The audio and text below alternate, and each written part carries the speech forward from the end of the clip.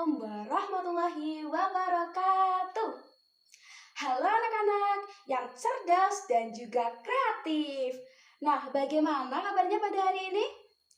Alhamdulillah, baik ya. Selalu jaga kesehatan dan selalu mematuhi protokol kesehatan. Nah, sebelum kita mulai pembelajaran pada hari ini, sebaiknya kita berdoa ya. Berdoa dimulai. Rabbi zidni ilma warzuqni fahma waj'alni minas sholihin. Ya Allah, tambahkanlah aku ilmu dan berikanlah aku rizki akan kepahaman dan jadikanlah aku termasuk golongan orang-orang yang saleh. Amin.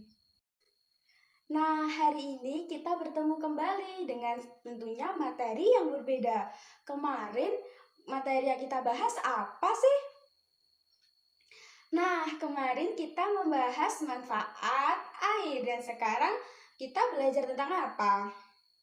Ayo, siapa yang tahu? Benar sekali, kita akan belajar mengenai siklus air. Dengan KD sebagai berikut. KD 3.8 menganalisis siklus air dan dampaknya pada peristiwa di bumi serta kelangsungan makhluk hidup. 4.8 membuat karya tentang skema siklus air berdasarkan informasi dari berbagai sumber. Nah, kalian tahu tidak tujuan pembelajaran pada hari ini apa? Tujuan pembelajaran pada hari ini yang pertama, melalui kegiatan pengamatan, siswa dapat mengidentifikasi faktor-faktor yang mempengaruhi siklus air dengan benar. Yang kedua, melalui kegiatan mencoba membuat skema siklus air, siswa mampu membuat kesimpulan tentang terjadinya air tanah dan air permukaan. Kalian tahu tidak apa itu siklus air? Kira-kira siklus air itu apa ya? Siklus air adalah sirkulasi atau perputaran air yang terjadi terus-menerus dari atmosfer ke bumi kembali lagi ke bumi. Nah, secara garis besar, siklus air itu melalui 3 tahap. Yang pertama, penguapan, yang kedua, pembentukan awan, dan yang ketiga, terjadinya hujan. Penjelasannya sebagai berikut. Air sungai, air danau, dan juga air laut menguap karena ada panas matahari disebut dengan proses penguapan evaporasi. Sedangkan tumbuhan juga mengeluarkan uap di udara akibat panas matahari juga loh. Itu disebut dengan proses transpirasi. Uap air dari permukaan bumi akan naik ke udara dan membentuk awan. Kumpulan air tersebut akan mengalami pengembunan berbentuk titik-titik air. Disebut proses itu namanya kondensasi. Lalu angin akan membawa awan tersebut ke dataran yang lebih rendah dan juga dataran yang lebih tinggi, serta awan itu selanjutnya akan menjadi titik-titik awan yang akan turun ke bawah, disebut dengan hujan. Proses tersebut dinamakan dengan presipitasi. Lalu air akan ke mana? Nah, kalian tahu di mana? Air tersebut akan mengalir ke dataran yang lebih rendah, kemudian menciptakan siklus yang terus-menerus dinamakan dengan siklus air. Nah, itulah penjelasan dari proses atau tahapan-tahapan siklus air. Nah, setelah membahas siklus air, kita akan membahas apa sih yang terjadi karena ada siklus air tersebut. Disimak ya penjelasannya dari Ibu. Nah, dari adanya siklus air yang terus berputar itu menyebabkan adanya 2 cuaca. Yang pertama, cuacanya menjadi panas dan yang kedua menjadi hujan. Cuaca yang panas merupakan yang berarti matahari bersinar sangat terang dan mengakibatkan udara menjadi panas. Hujan adalah air yang jatuh dari langit karena awan terdapat embun kemudian ditumpahkan ke bumi dan menjadi air. Mari kita menyanyi tik-tik bunyi hujan ya. Tik tik tik bunyi hujan di atas genting. Airnya turun tidak terhingga. Cobalah tengok dahan dan ranting, pohon dan kebun basah semua. Tentang cuaca kita sudah mempelajarinya. Selanjutnya kita mempelajari apa ya?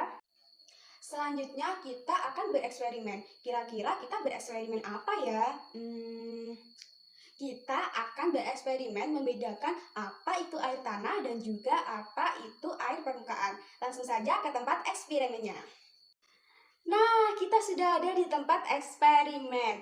Kita akan bereksperimen membuat perbedaan antara air permukaan dan juga air tanah. Langsung saja kita ke perkenalan bahan-bahannya. Yang pertama yaitu ada penggaris, ada batu biasa, dan juga ada batu bata, serta 2 baskom yang isinya air yang volumenya sama. Langsung saja kita ke percobaannya ya.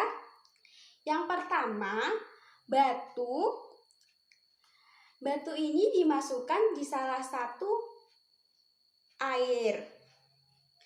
Seperti ini. Yang sebelah kiri batu biasa, terus kemudian yang sebelah kanan ada batu bata. Kita masukkan ke dalam air. Kemudian kita ukur volume airnya dari masing-masing di dalam baskom ya. Yang pertama ada 3 cm. Yang kedua sama yaitu 3 cm. Kita tunggu sekitar 1 jam ya. Kita tunggu sekitar 1 jam. Yeay, kita udah menunggu dengan 1 jam. Kemudian kita lihat volumenya yang sebelah sini tadi adalah batu biasa dan sebelah sini batu bata. Kita lihat volumenya ya.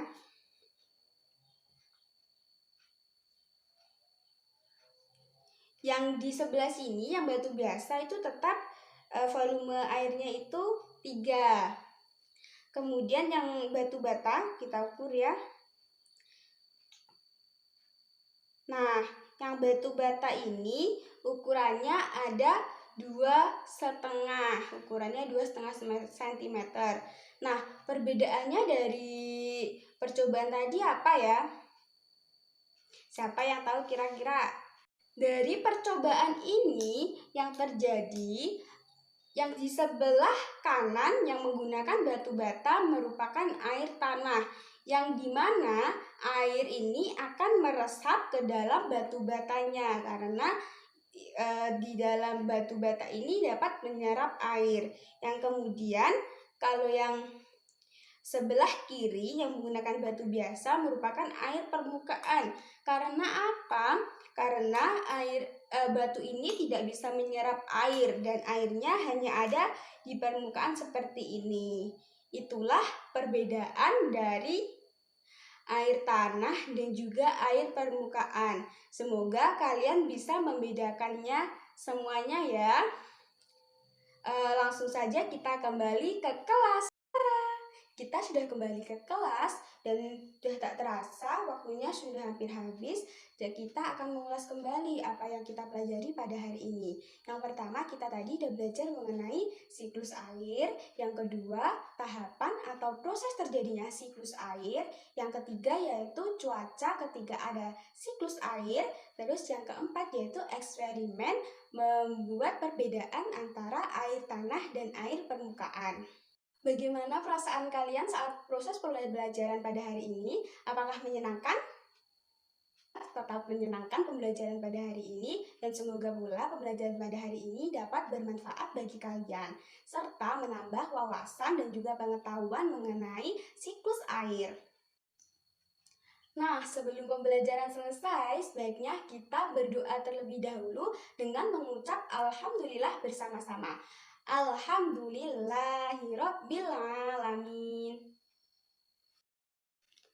Nah, pembelajaran pada hari ini sudah selesai. Nanti jangan lupa kalau di rumah kalian harus belajar mengulangi pembelajaran pada hari ini dan jangan lupa mengerjakan tugas yang telah Ibu berikan. Sekian dari Ibu. Wassalamualaikum warahmatullahi wabarakatuh.